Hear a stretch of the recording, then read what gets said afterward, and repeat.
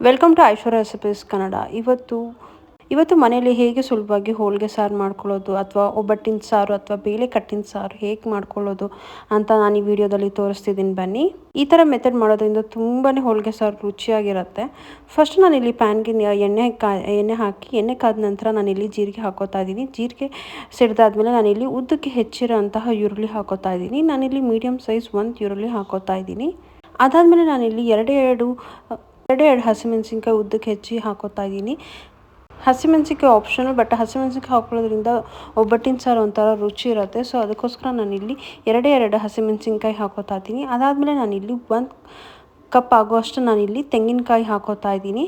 ಚಿಕ್ಕದಾಗಿ ಹೆಚ್ಚಿರೋಂಥ ತೆಂಗಿನಕಾಯಿ ಹಾಕೋತಾ ಇದ್ದೀನಿ. ತೆಂಗಿನಕಾಯಿ ಹಾಕೊಳ್ಳೋದ್ರಿಂದ ತುಂಬಾ ಸಾರು ರುಚಿಯಾಗಿರುತ್ತೆ. ಅದಕ್ಕೋಸ್ಕರ ನಾನಿಲ್ಲಿ ಚಿಕ್ಕದಾಗಿ ಹೆಚ್ಚಿರೋ ಅಂತಹ 1 ಕಪ್ ತೆಂಗಿನಕಾಯಿ ಹಾಕೋತಾ ಇದ್ದೀನಿ. ಇದೆಲ್ಲ ಚೆನ್ನಾಗಿ ಫ್ರೈ ಮಾಡಿ ಅದಾದಮೇಲೆ ತಣ್ಣಗಾದ್ಮೇಲೆ ನಾನಿಲ್ಲಿ ಮಿಕ್ಸಿ ಜಾರ್ಗೆ ಹಾಕೋತಾ ಇದ್ದೀನಿ. ಮಿಕ್ಸಿ ಜಾರ್ಗೆ ಇದ್ರ ಜೊತೆಗೆ ಸ್ವಲ್ಪ ಉಪ್ಪು, ಮಸಾಲೆ ಚೆನ್ನಾಗಿ ಬರುತ್ತೆ. ಸೊ ಅದಕ್ಕೋಸ್ಕರ ನಾನಿಲ್ಲಿ ಸ್ವಲ್ಪ ಉಪ್ಪು ಹಾಕೋತಾ ಇದ್ದೀನಿ. ಉಪ್ಪು ಹಾಕೊಂಡಾದ್ಮೇಲೆ ನಾನಿಲ್ಲಿ ಸ್ವಲ್ಪ ಚುಟಿಕೆ ಅರಿಶಿನ ಹಾಕೋತಾ ಇದ್ದೀನಿ. ಅರಿಶಿನ ಹಾಕೊಂಡಾದ್ಮೇಲೆ ನಾನಿಲ್ಲಿ ಸಾಂಬಾರು ಪೌಡ್ರ್ ಹಾಕೋತಾ ಇದ್ದೀನಿ. ನಾನಿಲ್ಲಿ 1 ಟೇಬಲ್ ಸ್ಪೂನ್ ಆಗೋಷ್ಟು ಸಾಂಬಾರು ಪೌಡ್ರ್ ಹಾಕೋತಾ ಇದ್ದೀನಿ. ನೀವು ಮನೇಲೇ ಮಾಡಿರೋಂಥ ಸಾಂಬಾರು ಪೌಡ್ರ್ ಆದರೂ ಹಾಕೋಬೋದು, ಇಲ್ಲ ಅಂಗಡಿಯಿಂದ ತಂದಿರೋಂಥ ಸಾಂಬಾರು ಪೌಡ್ರ್ ಆದರೂ ಹಾಕೋಬೋದು. ಸೊ ಇದೆಲ್ಲ ಹಾಕಿ ನಾನು ನೀರು ಹಾಕ್ತೇನೆ. ಹಾಗೆ ನಾನಿಲ್ಲಿ ತರ್ತರಿಯಾಗಿ ರುಬ್ಕೊಂಡಿದ್ದೀನಿ. ಇಲ್ಲಿ ನೋಡ್ತಿದ್ದೀರಲ್ಲ, ಇಷ್ಟು ತರ್ತರಿಯಾಗಿ ರುಬ್ಕೋಬೇಕು. ನೈಸಕ್ಕೆ ರುಬ್ಕೊಂಡ್ರೆ ಸಾಂಬಾರು ಅಷ್ಟು ಚೆನ್ನಾಗಿ ಬರೋಲ್ಲ. ಸೊ ಈ ಥರ ತರ್ತರಿಯಾಗಿ ರುಬ್ಬಿರಬೇಕು. ಅದಾದಮೇಲೆ ನಾನಿಲ್ಲಿ ಒಂದು ಬಾಣಲಿಗೆ ಎಣ್ಣೆ ಹಾಕಾದ್ಮೇಲೆ ಸಾಸಿವೆ ಸಿಡ್ದಾದ್ಮೇಲೆ ನಾನು ಜಜ್ಜಿರೋಂತಹ ಬೆಳ್ಳುಳ್ಳಿ ಹಾಕೋತಾ ಇದ್ದೀನಿ. ಜಜ್ಜಿರೋಂಥ ಬೆಳ್ಳುಳ್ಳಿ ಹಾಕೊಂಡಾದ್ಮೇಲೆ ನಾನಿಲ್ಲಿ ಕರ್ಬೇವಿನ ಸೊಪ್ಪನ್ನ ಹಾಕ್ಕೊಂಡು ಬಡಿಸ್ತಾ ಇದ್ದೀನಿ.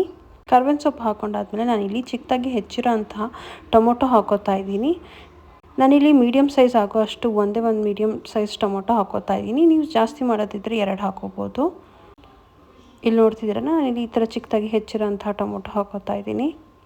ಟೊಮೊಟೊ ಬೇಗನೆ ಬೇಯುತ್ತೆ ಒಗ್ಗರಣೆಯಲ್ಲಿ. ಬೇಕಾದರೆ ನೀವು ಮೇಲೆ ಸ್ವಲ್ಪ ಉಪ್ಪು ಹಾಕೋಬೋದು, ಬೇಗ ಸಾಫ್ಟಾಗಿ ಬೇಯುತ್ತೆ. ಟೊಮೊಟೊ ಬೆಂದಾದ್ಮೇಲೆ ನಾವಿಲ್ಲಿ ರುಬ್ಬಿರೋ ಅಂತಹ ಮಸಾಲ ಹಾಕೋತಾ ಇದ್ದೀನಿ. ಇಲ್ಲಿ ಆವಾಗಲೇ ತರ್ತರೆಯಾಗಿ ರುಬ್ಬಿರೋ ಅಂತಹ ಮಸಾಲ ರುಬ್ಕೊಂಡಿದ್ವಲ್ಲ ಮಿಕ್ಸಿ ಜಾರಲ್ಲಿ, ಅದನ್ನು ನಾನು ಇಲ್ಲಿ ಹಾಕೋತಾ ಇದ್ದೀನಿ. ಅದನ್ನ ಹಾಕಿ ನಾವು ಚೆನ್ನಾಗಿ ಎಣ್ಣೆಲಿ ಫ್ರೈ ಮಾಡಬೇಕು. ಎಲ್ಲಿ ತನಕ ಫ್ರೈ ಮಾಡಬೇಕು ಅಂದರೆ ಹಸಿ ವಾಸನೆ ಹೋಗೋ ತನಕ ನಾನಿಲ್ಲಿ ಫ್ರೈ ಮಾಡ್ಕೋತಾ ಇದ್ದೀನಿ. ಆಯಿಲ್ ಮತ್ತು ಆ ಮಸಾಲೆ ಏನು ಸಪ್ರೇಟ್ ಆಗೋ ಅಷ್ಟು ನಾನಿಲ್ಲಿ ಫ್ರೈ ಮಾಡ್ಕೋತಾ ಇದ್ದೀನಿ. ಈ ಥರ ಚೆನ್ನಾಗಿ ಫ್ರೈ ಮಾಡಿಕೊಂಡ್ರೆ ಸಾರು ತುಂಬಾ ರುಚಿಯಾಗಿರುತ್ತೆ. ಅದಾದಮೇಲೆ ನಾನಿಲ್ಲಿ ಬೇಳೆ ಕಟ್ಟನ್ನ ನೀರು ಹಾಕೋತಾ ಇದ್ದೀನಿ. ನಾನಿಲ್ಲಿ ಕಡಲೆಬೇಳೆ ಬೇಯಿಸಿರೋ ಅಂತಹ ಕಟ್ಟಿನ ನೀರನ್ನ ಹಾಕೋತಾ ಇದ್ದೀನಿ. ಸೊ ಈ ಥರ ಒಬ್ಬಟ್ಟಿನ ಸಾರು ಮಾಡೋದ್ರಿಂದ ತುಂಬಾ ರುಚಿಯಾಗಿರುತ್ತೆ. ತುಂಬ ಒಳ್ಳೆ ಡಿಫ್ರೆಂಟ್ ಟೇಸ್ಟ್ ಇರುತ್ತೆ.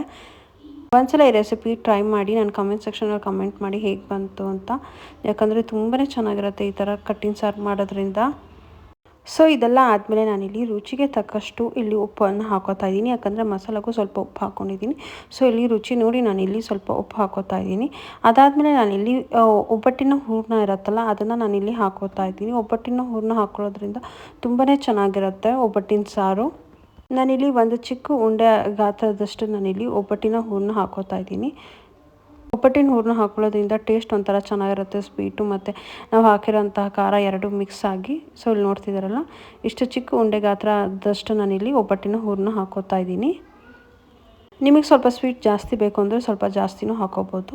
ಸೊ ಇದೆಲ್ಲ ಹಾಕ್ಕೊಂಡು ನಾನಿಲ್ಲಿ ಕುದಿಯೋಕೆ ಇಕ್ತಿದ್ದೀನಿ. ಹಾಗೆ ನಾನಿಲ್ಲಿ ನಾನು ಹುಣಸೆಹಣ್ಣು ರಸ ಏನು ಇಕ್ಕೊಂಡಿದ್ವಿ ಅದನ್ನು ನಾನಿಲ್ಲಿ ಹಾಕೋತಾ ಇದ್ದೀನಿ. ಹುಣಸೆಹಣ್ಣು ರಸ ಸ್ವಲ್ಪ ನೋಡ್ಕೊಂಡು ಹಾಕೋತಾ ಇದ್ದೀನಿ. ಸೊ ಕೆಲವೊಂದು ಟೊಮೊಟೊದಲ್ಲೇ ತುಂಬ ಹುಳಿ ಇದ್ದರೆ ನಾನಿಲ್ಲಿ ಸ್ವಲ್ಪ ನೋಡ್ಕೊಂಡು ಹಾಕೋತೀನಿ. ಸೊ ಅದಾದಮೇಲೆ ನಾನಿಲ್ಲಿ ಲಿಡ್ನ ಕ್ಲೋಸ್ ಮಾಡಿ ನಾನಿಲ್ಲಿ ಕುದಿಯೋಕೆ ಇಕ್ತಾ ಇದ್ದೀನಿ. ಸೊ ಒಂದು ಕುದಿ ಬಂದರೆ ಸಾಕು, ಸಾಂಬಾರು ರೆಡಿ. ಸೊ ಈ ರೆಸಿಪಿ ನಿಮ್ಗೆ ಇಷ್ಟ ಆದರೆ ಪ್ಲೀಸ್ ನನ್ನ ಚಾನಲ್ನ ಲೈಕ್, ಶೇರ್, ಸಬ್ಸ್ಕ್ರೈಬ್ ಮಾಡ್ಕೊಳ್ಳಿ. ಈ ಹಳೆ ವಿಡಿಯೋದಲ್ಲಿ ನಾನು ಹೇಗೆ ಒಬ್ಬಟ್ಟು ಮಾಡೋದು ಅಂತ ತೋರಿಸಿದ್ದೀನಿ. ತುಂಬ ಸುಲಭವಾಗಿ ಯಾರೇ ಫಸ್ಟ್ ಟೈಮರ್ ಇದ್ರೂ ಈಸಿಯಾಗಿ ಆ ಸ್ಟೆಪ್ನ ಫಾಲೋ ಮಾಡಿಕೊಂಡು ಮಾಡ್ಬೋದು. ಸೊ ಇಲ್ಲಿ ನೋಡ್ತಿದ್ದೀರಲ್ಲ, ಒಬ್ಬಟ್ಟಿನ ಸಾರು ಚೆನ್ನಾಗಿ ಕುದ್ದಿದೆ. ಸೊ ಈ ಬಿಸಿ ಬಿಸಿ ಒಬ್ಬಟ್ಟಿನ ಸಾರು ಮೆತ್ತಗಿರೋ ಅನ್ನದ ಜೊತೆಗೆ ತಿಂದರೆ ತುಂಬಾ ಚೆನ್ನಾಗಿರುತ್ತೆ. ಸೊ ಈ ರೆಸಿಪಿ ನಿಮಗೆ ಇಷ್ಟ ಆಗಿದೆ ಅಂತ ನಾನು ಭಾವಿಸ್ತಾ ಇದ್ದೀನಿ. ಸೊ ಇಲ್ಲಿ ನೋಡ್ತಿದ್ರೆ ಎಷ್ಟು ಕುದಿಬೇಕು ಅಂದರೆ ಈ ವೈಟ್ ನೊರೆಲ್ಲ ಹೋಗಿರಬೇಕು. ಅಲ್ಲಿ ತನಕ ನಾವು ಕುದಿಸ್ಕೊಂಡ್ರೆ ಸಾರು ಪರ್ಫೆಕ್ಟಾಗಿದೆ ಅಂತ, ಕರೆಕ್ಟ್ ಹದದಲ್ಲಿ ಕುದ್ದಿದೆ ಅಂತ. ಸೊ ಇಲ್ಲಿ ನನಗೆ ಸ್ವಲ್ಪ ಉಪ್ಪು ಕಮ್ಮಿ ಆಗಿದೆ ಅನ್ನಿಸ್ತು, ಅದಕ್ಕೆ ನಾನು ಇಲ್ಲಿ ಸ್ವಲ್ಪ ಉಪ್ಪನ್ನ ಸೇರಿಸ್ಕೋತಾ ಇದ್ದೀನಿ. ಸೊ ಈಗ ಕರೆಕ್ಟಾಗಿ ಕುದ್ದಿ ಸಾಂಬಾರು ಒಂದೇ ಹದಕ್ಕೆ ಬಂದಿದೆ. ಸೊ ಒಬ್ಬಟ್ಟಿನ ಸಾರು ರೆಡಿ. ಈ ರೆಸಿಪಿ ನಿಮ್ಗೆ ಇಷ್ಟ ಆಗಿದರೆ ಈ ಯುಗಾದಿಗೆ ನೀವು ಈ ರೆಸಿಪಿನ ನಾನು ಟ್ರೈ ಮಾಡ್ತೀನಿ ಅಂತ ಭಾವಿಸ್ತಾ ಇದ್ದೀನಿ. ಸೊ ಈ ರೆಸಿಪಿ ನಿಮ್ಗೆ ಇಷ್ಟ ಆದರೆ ಪ್ಲೀಸ್ ಲೈಕ್, ಶೇರ್, ಸಬ್ಸ್ಕ್ರೈಬ್ ಮಾಡ್ಕೊಳ್ಳಿ. ನಿಮ್ಮ ಫ್ಯಾಮಿಲಿ ಫ್ರೆಂಡ್ಸ್ ಜೊತೆ ಶೇರ್ ಮಾಡಿ. Thank you for watching.